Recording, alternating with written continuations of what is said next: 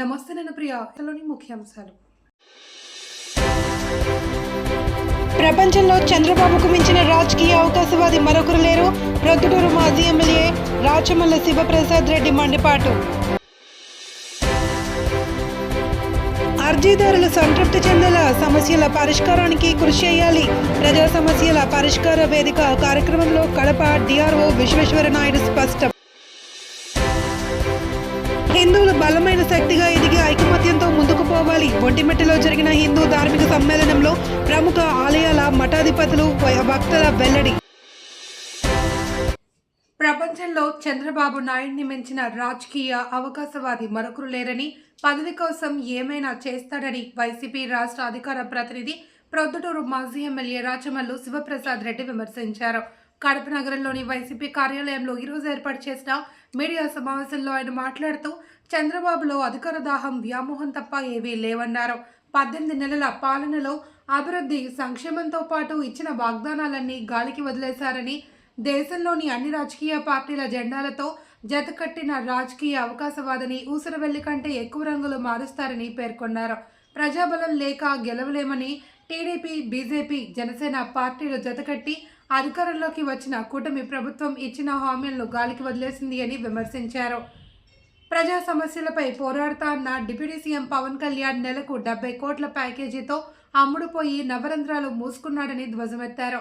దేశంలో అనేక పార్టీలు ఏదో ఒక పార్టీతో పొత్తులు పెట్టుకున్న ఒక్క వైఎస్ జగన్మోహన్ రెడ్డి మాత్రమే ఏ జెండాతో జత కట్టకుండా, పొత్తులు కట్టకుండా, కూటమి ఏర్పాటు చేసుకోకుండా తన ఎజెండాతో ఎన్నికలలో పాల్గొన్న ఒకే ఒక్కడని ప్రశంసించారు. నాకు 100% నాకు మార్కులు వచ్చినాయంట. ఇది యాభైలో చెప్పినారు బస్ చదువు సోమి. ఇది మా బల్లో అయితే చెప్పలేను ఆయన, మా కడప బల్లో అయితే చెప్పలేదు. ఇది 50లో చెప్పినారు. ఇది ఇంకొక ఆయన 140 ప్రశ్నలకే సమాధానం రాస్తాడంట. 3 లోపలికి తెచ్చుకున్నాడు ప్రశ్నపత్రం రాసేదానికి హాల్లోకి. మళ్ళీ కాంగ్రెస్ వాళ్ళు బయట పెట్టుకున్నాడు సీటీలు అందించేదానికి, కాపీలు అందించేదానికి. చంద్రబాబు నాకు 92% వచ్చింది. 92% వచ్చింది నాకు. ఏందయ్యా ఇది? జగన్మోహన్ రెడ్డి లాగా 175 ప్రశ్నలకు ఒకడే సమాధానం రాయాలా? 175 ప్రశ్నలకు ఒకటే సమాధానం రాసినాడు మొగోడతను. 11 సీట్లు వచ్చినాయా? 40% ఓట్లు వచ్చినాయా? మీ శరీరంలో రోమానికి తెలుసు జగన్ బలమేందో. అవయానికి కాదు, రోమానికి తెలుసు మీకు జగన్ బలమేందో. అందుకే మీది ఇది కార్తాంది. మీకు 29 వస్తుందంటే మీ గుండెల్లో రైళ్లు పరిగెత్తనాయి. 29 వస్తుందంటే మీకు నిద్ర పట్టని రాత్రులే. కారణం జగన్కు జనములో బలం ఉంది. మీలాగా జగన్ జెండాలకు వేరే జెండాలను జతపరచలే, జనాన్ని జతపరిచినాడు. మేనిఫెస్టోను బైబిల్, ఖురాన్, భగవద్గీతలాగా భావించినాడు. గెలుపు ఓటర్లను సమానంగా స్వీకరించగలిగినాడు. ప్రజాసేవే లక్ష్యంగా ముందుకు పోగలిగినాడు. అభివృద్ధి ప్రధానంగా రాజకీయాలు నడపగలిగినాడు. మీరట్లా కాదు. అందుకే ఈ రాష్ట్రంలో గెలిచినప్పటికీ కూడా మీకు ఆదరణ లేదు. జగన్ ఓడినప్పటికీ కూడా ఆదరణ ఉంది. అందువలన ఈ రాష్ట్రంలో తెలుగు భాష మాట్లాడే ప్రతి తెలుగు సోదరునికి మీ రాచమల్లు హృదయపూర్వకంగా నమస్కరించి విజ్ఞప్తి చేసేది ఏంటంటే, కూటముల ద్వారా, సంకీర్ణ ప్రభుత్వాల ద్వారా ప్రజాస్వామ్యంలో ప్రజలకు ఎప్పుడూ మేలు జరగదు. ఏకైక నాయకత్వం ద్వారానే, స్వయం బలం ద్వారానే ఎన్నికల్లో గెలిచిన పార్టీ మాత్రమే సొంత ఆలోచనలతో ప్రజాసేవ చేయగలుగుతుంది. నిర్దిష్టమైనటువంటి అభివృద్ధి లక్ష్యాలతో ప్రజలకు సేవలు అందించగలుగుతుంది. అందుకు కారణం నేను చెప్పినా కదా, జగన్ పాలనలో తీసుకొచ్చిన సంస్కరణలన్నీ చెప్పగలిగినాయి, అభివృద్ధి కార్యక్రమాలు చెప్పగలిగినాయి. చంద్రబాబు నాయుడు 40 ఏళ్ళు అంటాడు. ఏ ఒక్క సంవత్సరంలో ఒక్కసారైనా ఒక్క మెడికల్ కాలేజ్ తెచ్చినాడా? 40 సంవత్సరాలు ఒక్క మెడికల్ కాలేజీ. మరి జగన్మోహన్ రెడ్డి గారు 5 సంవత్సరాల కాలంలో 17 మెడికల్ కాలేజ్ సాధించగలిగినాడంటే, పోర్టులు సాధించగలిగినాడంటే, గ్రామ స్వరాజ్యాన్ని నెలకొల్పగలిగినాడంటే, అనేక సంస్కరణలు చేయగలిగినాడంటే సొంత ఆలోచనలు. అందుకే రాబోయే భవిష్యత్ కాలంలో అయినా కానీ జెండాకు జెండాలు జతగట్టి, రాజకీయ విలువలకు తిలోదకాలిచ్చి, ప్రజాసేవ కంటే పదవి, అధికారే ముఖ్యమని భావించే రాజకీయ పార్టీలకు స్వస్తి పలికి, ఈ దేశంలో ఒకే ఒక్కడు ఇది నేను చెప్పేది అబద్ధం కాదు. మీరు చరిత్ర చదివిన అర్థమవుతుంది. ఈ దేశంలో 6 జాతీయ పార్టీలు ఉన్నాయి, 58 ప్రాంతీయ పార్టీలు ఉన్నాయి, 28 రాష్ట్రాలు ఉన్నాయి, 8 కేంద్ర పాలిత ప్రాంతాలు ఉన్నాయి. అన్ని పార్టీలు ఎప్పుడో ఒకప్పుడు ఎవరితోనో ఒకరితోనో జతగట్టి పొత్తుతో ఎన్నికలకు వచ్చిన వాళ్ళే తప్ప తన అజెండాను పక్కన పెట్టి పరాయి జెండాలు తీసుకొని భుజానికి ఎత్తుకొని వచ్చిన వాళ్ళే తప్ప. ఇంకా పవన్ కళ్యాణ్ అయితే జనసేన. నూతన సంవత్సర వేడుకలలో భాగంగా 31వ తేదీ రాత్రి కడప నగరంలో వాహనాలను అతివేగంగా నడిపినా, మద్యం సేవించి నడిపినా చట్టపరమైన చర్యలు తీసుకుంటాము అని కడప ట్రాఫిక్ సురేష్ రెడ్డి తెలిపారు. కడప ట్రాఫిక్ స్టేషన్లో ఆయన మీడియా సమావేశం నిర్వహించారు. 31వ తేదీ సాయంత్రం 6 గంటల నుండి కడప నగరం మొత్తం ట్రాఫిక్ పోలీసులతో పాటు సివిల్ పోలీసుల వాహనాల తనిఖీలను ముమ్మరంగా నిర్వహిస్తామని జిల్లా ఎస్పీ నచికేత్ విశ్వనాథ్ ఆదేశాల మేరకు బైక్ రైడింగ్ జరిగే ప్రాంతాలలో బారికేడ్లు ఏర్పాటు చేస్తున్నామన్నారు. దీంతో పాటు ర్యాష్ డ్రైవింగ్, సైలెన్సర్లకు పీకి అధిక శబ్దం చేసుకుంటూ బైక్ నడిపినా, మద్యం సేవించి వాహనాలు డ్రైవ్ చేస్తే సీజ్ చేయడం జరుగుతుందన్నారు. డ్రైవింగ్ లైసెన్స్ రద్దు కోసం సిఫార్సు చేస్తామన్నారు. సంతోషంగా నూతన సంవత్సర వేడుకలను జరుపుకోవాలని సీఐ సురేష్ రెడ్డి ఆకాంక్షించారు. ఇక్కడ కొద్దిగా ట్రాఫిక్ జామ్ అవుతుందనేమో అడుగుతా మా సార్ని అడుగుతా.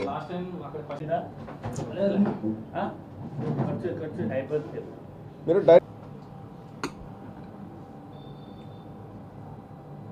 ఓకే. జిల్లా ఎస్పీ ఆదేశాల మేరకు న్యూ ఇయర్ సందర్భంగా మనకి డ్రంక్ అండ్ డ్రైవ్ మీద కానీ, ర్యాష్ అండ్ నెగ్లిజెంట్ డ్రైవింగ్ మీద కానీ, హై స్పీడ్ ఎవరైతే వెళ్తున్నారో వాళ్ళపైన కానీ, సైలెన్సర్ ఎక్కువ శబ్దం ఎవరైతే చేస్తారో వాళ్ళపైన కానీ వాళ్ళ మీద కేసు నమోదు చేయడం జరుగుతుంది.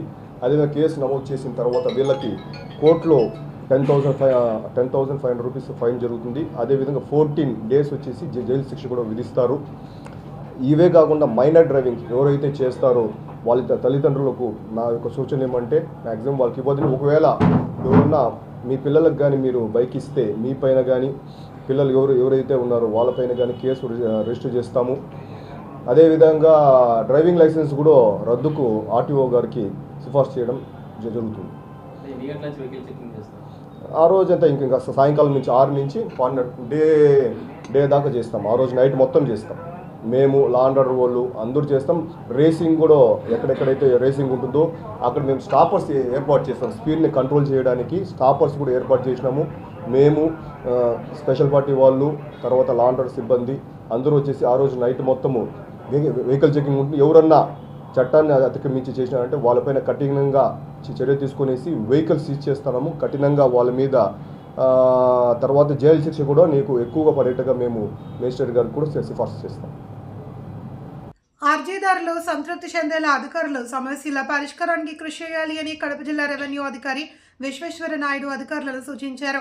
కడప జిల్లా కలెక్టర్ కార్యాలయంలో ప్రజా ఫిర్యాదుల పరిష్కార వేదిక ద్వారా ఫిర్యాదులను స్వీకరించారు. జిల్లా కలెక్టర్ శ్రీధర్ ఆదేశాల మేరకు ఆయన జిల్లా నలుమూలల నుండి వచ్చిన ఫిర్యాదులను స్వీకరించారు. వెంటనే సంబంధిత అధికారులకు ఫోన్ చేసి సమస్యల పరిష్కారానికి అధికారులు విచారించి ప్రజలకు న్యాయం చేసేలా చూడాలన్నారు.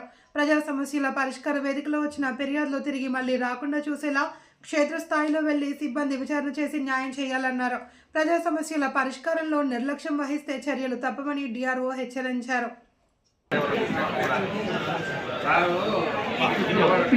కంట్రోల్ రూమ్ నుంచి registration officer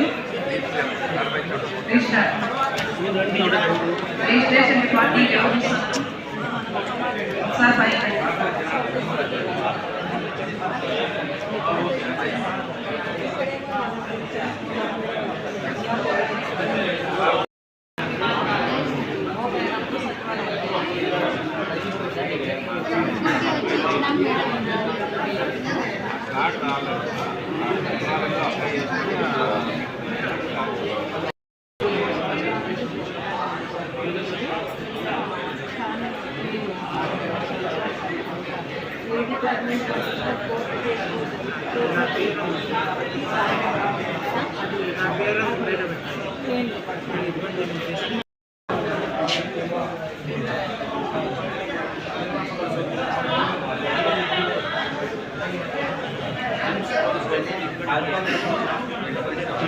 mandal coordinator Pulivendula ఎవరు అమ్మ లేరా మధ్యలో అయినా ఎవరు పులివెందుల మండల్ కోఆర్డినేటర్ వస్తున్నాడు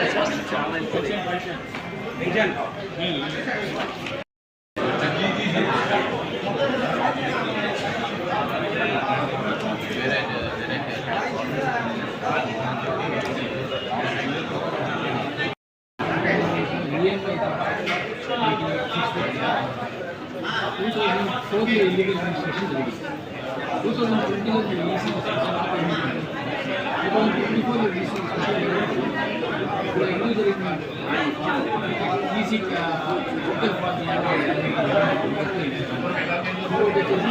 ఇల్లీగల్ రిజిస్ట్రేషన్ అనేది మీకు పూర్తి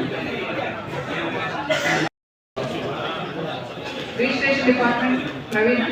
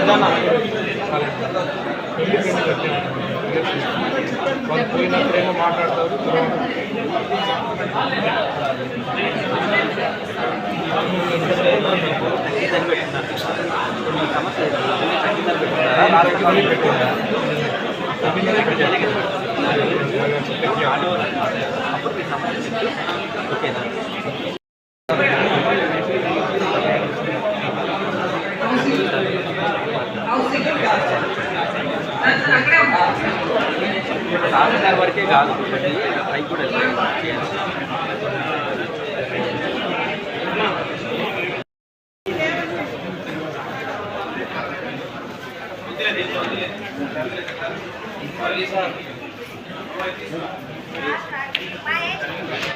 హిందువులు బలమైన శక్తిగా ఎదిగి ఐకమత్యంతో ముందుకు పోవాలి అని శ్రీ శ్రీ శ్రీ వీరజానంద స్వామి ఒంటిమిట్ట కోదండరామలయ్య అర్చకులు వీణ రాఘవస్వామి నగోతు రమేష్ నాయుడు పేర్కొన్నారు. కడప జిల్లా ఒంటిమిట్ట కళ్యాణ వేదిక వద్ద విశ్వ హిందూ పరిషత్ ఆధ్వర్యంలో హిందూ సమ్మేళనం నిర్వహించారు. ఈ సందర్భంగా హిందువులుగా గర్వించి జీవించాల్సిన అవసరం ఎంతైనా ఉందన్నారు. హిందూ ధర్మాలను హిందూ ధర్మం కోసం ప్రతి ఒక్కరూ పాటుపడాలి అని ఆచరించాలి అని అన్నారు. హిందూ సమ్మేళన కార్యక్రమంలో నిర్వహించిన భరతమాత శివపార్వతుల వేషధారణలతో జై శ్రీరామ్ నినాదాలతో కోలాటాలు ఇతర సాంస్కృతిక కార్యక్రమాలు అందరినీ అలరించాయి.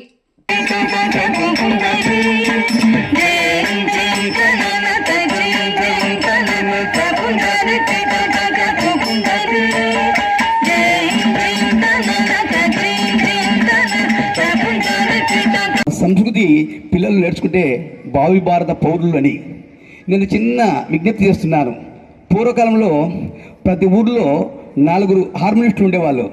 ఇప్పుడు మండలానికి ఒక హార్మోనియం వంచేవాళ్ళు లేరు. దయచేసి భజన కార్యక్రమాల ద్వారా హార్మోనియం నేర్పించడం ద్వారా సమ్మర్ హాలిడేస్లో హార్మోనియము భజన కార్యక్రమం యూత్లో రావాలి అన్నమాట. అంటే 12 ఏళ్ళ నుంచి 30 ఏళ్ళ లోపు ఈ భజన యూత్ను తయారు చేయాలి. అంతా 60 ఏళ్ళలో ఉన్నారు ఇప్పుడంతా. కాబట్టి భజన సంస్కృతి ఎప్పుడైతే వచ్చేస్తుందో సంస్కారం ఉంటుంది ప్రజల్లో. కాబట్టి భజన సంస్కృతి రావాలి. అప్పుడు ఇరుగు పొరుగు మాటలు ఉండవు, అసూయ ద్వేషాలు ఉండవు, ప్రేమ వాత్సల్యం ఉంటాయి. కాబట్టి ఈ భజన సంస్కృతి తీసుకుపోవాలి. అదే కాకుండా సరోజినీదేవి చెప్పింది a education women is a university అని, అంటే చదువుకున్న మహిళ ఒక విశ్వవిద్యాలయం అని. కాబట్టి ఆ పిల్లలు లేడీస్ భౌతికత చదివారు, ఇప్పుడు నృత్యం వేశారు అంటే అది వాళ్ళ పిల్లలకు పిల్లప్పటి నుంచి కానీ జో అచ్యుతానంద జో జో పరమానంద లాలి పరమానంద దగ్గర నుంచి ఆఖరు రామస్కందం హనుమంతం వైనతేయం వృకోదరం అని నిద్రపోయే వరకు మన సంస్కృతి. స్నానం చేసేప్పుడు గంగేచ యమునేచ కృష్ణ గోదావరి సరస్వతి నర్మదా సింధు కావేరి అని ప్రతి సన్నివేశంలో కానీ పూర్వకాలంలో ఏ పని చేస్తున్నా భగవంతుడికి అనుసంధానం. కడప నగరాన్ని అన్ని విధాలుగా అభివృద్ధి చేయాలి అని కడప ఎమ్మెల్యే మాధవిరెడ్డి చూస్తుంటే ప్రతిపక్ష వైఎస్ఆర్ కాంగ్రెస్ పార్టీ నాయకులు పనిపాట లేకుండా అనవసరమైన విషయాలను ప్రార్థన చేస్తున్నారు అని తెలుగుదేశం పార్టీ 15వ డివిజన్ ఇన్ఛార్జ్ బండి దివాకర్ ఇతర టీడీపీ నాయకులు మండిపడ్డారు. నగరంలోని ఎన్టీఆర్ నగర్లో తెలుగుదేశం పార్టీ నాయకులు పర్యటించారు.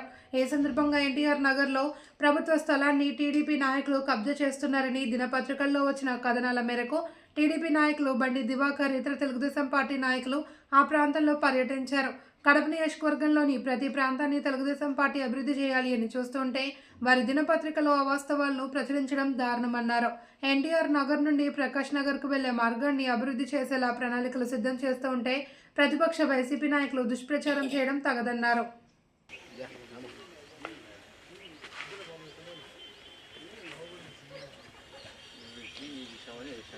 జగన్ ఉన్నప్పుడు ఇచ్చేటప్పుడు దేవుడు మేమైతే ఒకటే చెప్తాం, మాకు మేడం వచ్చినప్పటి నుంచి మంచిగా చేస్తుంది. నేను ఏమి రాండి మా మీరు రాండి, ఇడికి రండి, రమ్మా ఇట్లా ఇడికి రా. ఎందుకు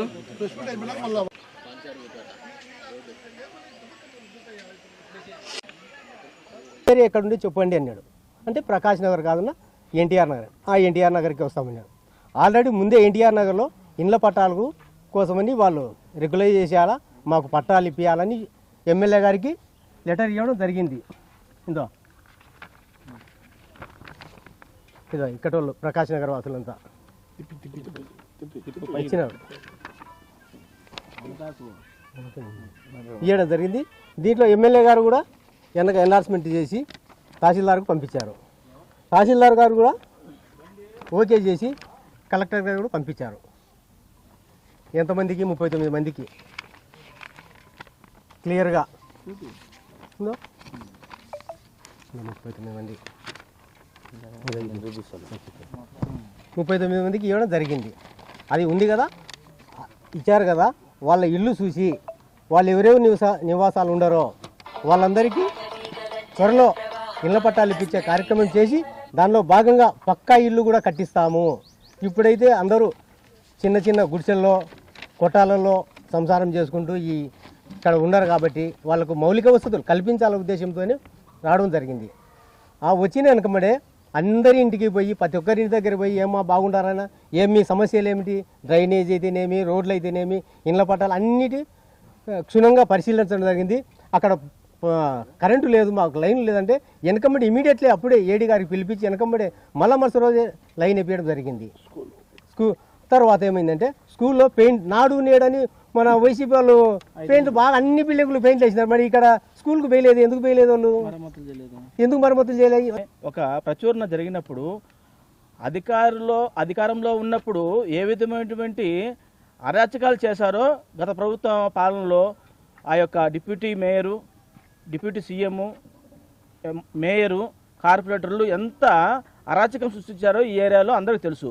మా ఎమ్మెల్యే గారు, ఈ యొక్క పోలిట్ బ్యూరో సభ్యులు వాసన్న గారు, దివాకరణ గారు వీళ్ళ యొక్క ఆధ్వర్యంలో ఇక్కడ ఉన్నటువంటి ఎన్టీఆర్ నగర్ నివాసులకు పర్మనెంట్ సొల్యూషన్ ఆలోచించాలా, వాళ్లకు ఏ విధమైన ఇబ్బందులు కలగకూడదు, ఎన్నో ఏళ్ల నుంచి వీళ్ళకి పట్టాలు లేకుండా ఇబ్బంది పడుతున్నారు అనే ఉద్దేశంతో వాసన దగ్గరికి ఉదయ్ మరియు ఇన్ఛార్జ్ అయినటువంటి దివాకర్ బాబు గారు ఈ యొక్క తెలుగుదేశం పార్టీ కార్యకర్తగా అక్కడికి వెళ్ళి ఆయనకు చెప్పడం జరిగింది. అయితే అది మేడం గారు, వాసన గారు వచ్చి పాఠశాలకు ఏదైతే ఆ యొక్క మరమ్మతులు వైట్ వాష్ చేపించిన తర్వాత వాళ్లకు జీర్ణించుకోలేక ఇక్కడేదో జరుగుతుంది, పార్టీ కార్యాలయం, తెలుగుదేశం పార్టీ కార్యాలయం ఇక్కడ కడతారనే ఉద్దేశంతో వాళ్ళు అపోహ చెంది 2 ఎకరాలు మేము కబ్జా చేసినామని చెప్పి వాళ్ళు మాట్లాడుతున్నారు. కబ్జా చేసింది మీరు.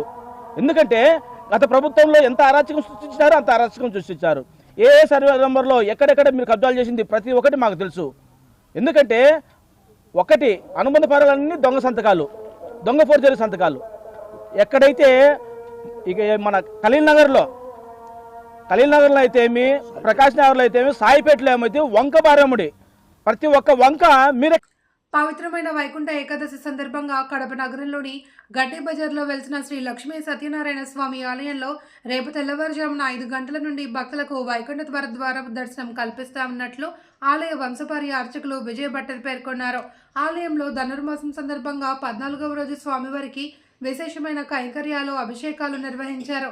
ఉషాకాల పూజలు, సామూహిక విష్ణు సహస్రనామ పారాయణం, గోవింద నామాలను ఆలపించారు. రేపు ఉదయం 5 గంటల నుండి ఆలయంలో ఉత్తర ద్వారం వద్ద గరుడ వాహనంపై గోదా సమేత శ్రీ లక్ష్మీ సత్యనారాయణ స్వామి వారి దర్శన భాగ్యం భక్తులకు కల్పిస్తామన్నారు.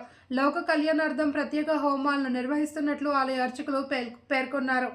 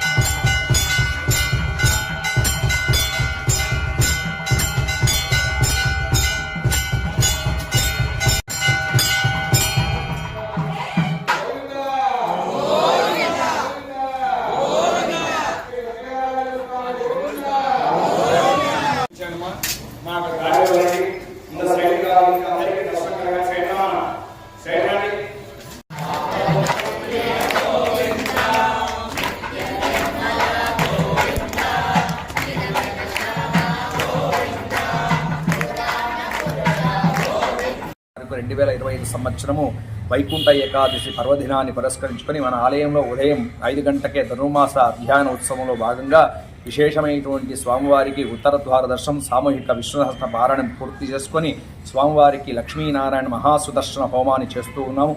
ఎక్కడ జరగనటువంటి ఈ యొక్క లక్ష్మీనారాయణ సుదర్శన హోమాన్ని వైకుంఠ ఏకాదశి స్వామివారి యొక్క సన్నిధానం నందు జరుపుతున్నటువంటి గరుడ వాహనంపై స్వామివారి ఆశీనై ఉంటారు. ఆ రోజు విశేషంగా లక్ష్మీనారాయణ సుదర్శన హోమము, మహాపూర్ణావతి, సాత్తుమర, స్వామివారి తిరుప్పావై మరియు స్వామివారి యొక్క తీర్థప్రసాద వినియోగం, గ్రామోత్సవం విశేషంగా జరగబోతోంది. అలాగే 3వ తారీఖు జనవరి 2026 సంవత్సరము 6వ ఉదయం కార్తీక మన పుష్యశుద్ధ పౌర్ణమిని పురస్కరించుకొని ఆ రోజు విశేషంగా స్వామివారికి సామూహిక సత్యనారాయణ స్వామి వ్రతంలో భాగంగా ధనుర్మాసోత్సవాలు కూడా చేస్తూ ఉన్నాము.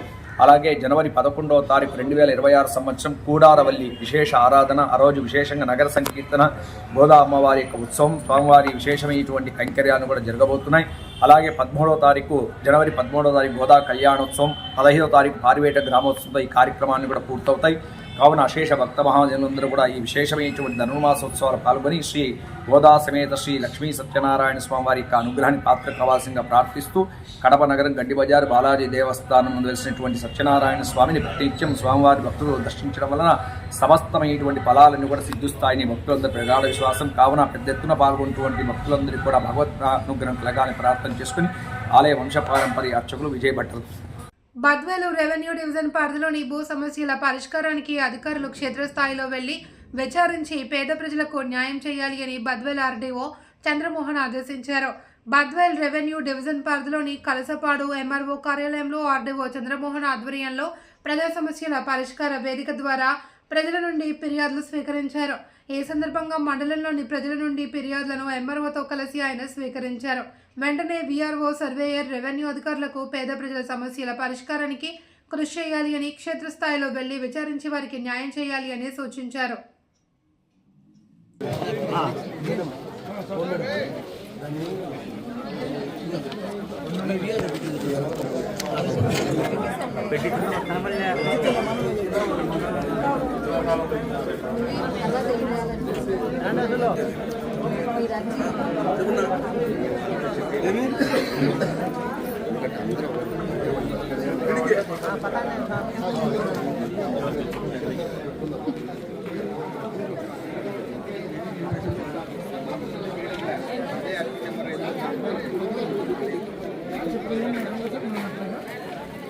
అడుగు లాస్ట్లో కావాలంటే